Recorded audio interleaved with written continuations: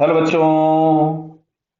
यहाँ लिखा गया है one end of massless spring of constant 100 newton per metre of natural length 0.5 metre is fixed and the other end is connected to a particle of mass 0.5 kg lying on frictionless horizontal table.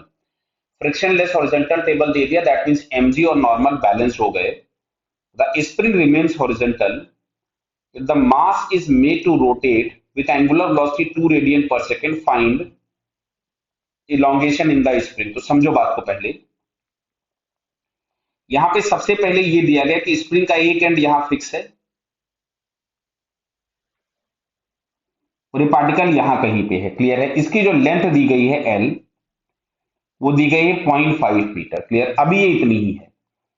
जैसे ही ये circle पे घूमना चालू करेगा, अभी तो rest पे है, अगर इसको मैंने सर्कल पे घुमाया तो हम लोगों को एक नेसेसरी सेंट्रीपिटल फोर्स चाहिए होगा जो कि ये स्प्रिंग ही प्रोवाइड करेगी. तो मान लिया कि यहां से यहां तक में कुछ भी एक्सपेंशन एक्स हो गया, तो अब जो रेडियस हम लोगों के पास सर्कल की मिलेगी वो आपके पास हो जाएगी एल प्लस एक्स. क्लियर है.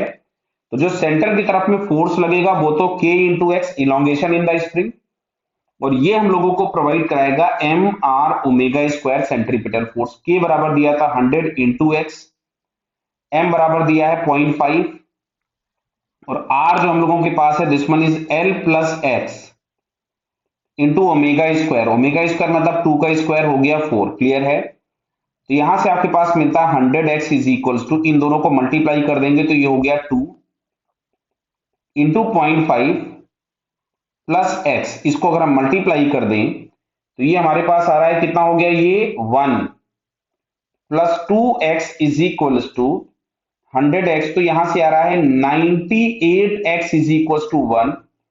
तो x को अगर हम सॉल्व कर रहे हैं तो इट इज 0.01 समथिंग कुछ मीटर. बराबर इसके आगे कुछ और वैल्यूज हैं, तो सेंटीमीटर में पूछा गया था तो इसकी नियरली वैल्यू हमारे पास हो जाएगी 1 सेंटीमीटर. क्लियर है.